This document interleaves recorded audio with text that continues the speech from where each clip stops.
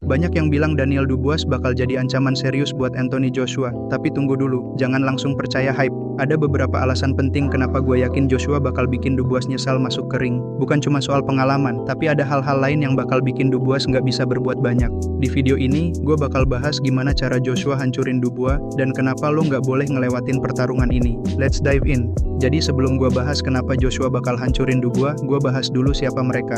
Anthony Joshua adalah mantan juara dunia kelas berat yang udah buktikan diri di level tertinggi. Dia dikenal dengan kekuatan pukulan right hand-nya yang keras dan teknik yang bagus. Di sisi lain, Daniel Dubois juga bukan lawan sembarangan. Dia punya pukulan keras dan kemampuan atletis yang mengesankan, tapi performanya kadang tidak konsisten, terutama setelah kekalahannya dari Joe Joyce. Ada beberapa faktor yang bikin Joshua diunggulkan kali ini.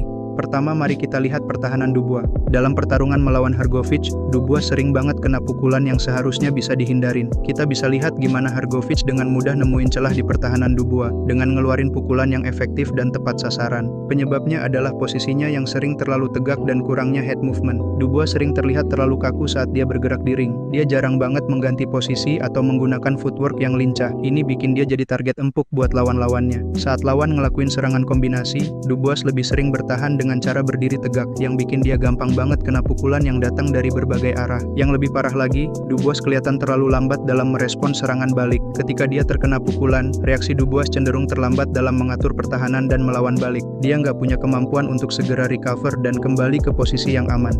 Joshua yang adalah petinju pintar, bisa gampang banget lihat celah pertahanan ini dan eksekusi dengan timing dan akurasinya yang ngeri.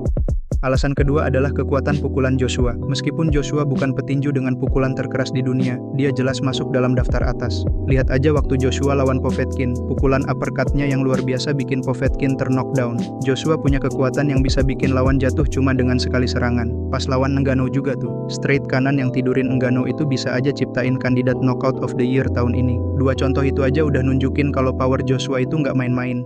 Tapi dia nggak cuma ngandelin power doang. Dia juga punya teknik dan strategi yang matang. Joshua juga dikenal dengan keterampilan teknisnya yang luar biasa. Dia mampu ngatur serangan dengan sangat baik, dan gak jarang pakai teknik-teknik cerdas buat ngelabuhin lawan. Salah satu contohnya adalah saat Joshua pakai feint dan footwork buat buka ruang untuk landasin pukulan-pukulan powernya. Ini adalah kemampuan yang penting banget, apalagi ketika lawan mungkin kurang berpengalaman atau punya kelemahan dalam pertahanan. Maka dari itu, dia harus manfaatin celah pertahanan Dubois ini sebaik mungkin. Dubois yang cenderung agak terbuka saat nyerang, bakal jadi target empuk buat Joshua. Kemampuan Joshua dalam nyamarin pukulan dan melakukan counter punch yang tepat bakalan jadi senjata utama dalam pertarungan ini. Nah, jadi gimana prediksi gue buat pertarungan ini?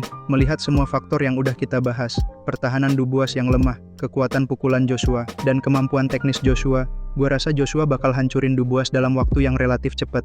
Joshua bakal manfaatin kelemahan Dubois dan ngakhirin pertarungan dengan pukulan-pukulan keras. Tapi ingat ya, tinju ini penuh kejutan, jadi apapun bisa terjadi di ring.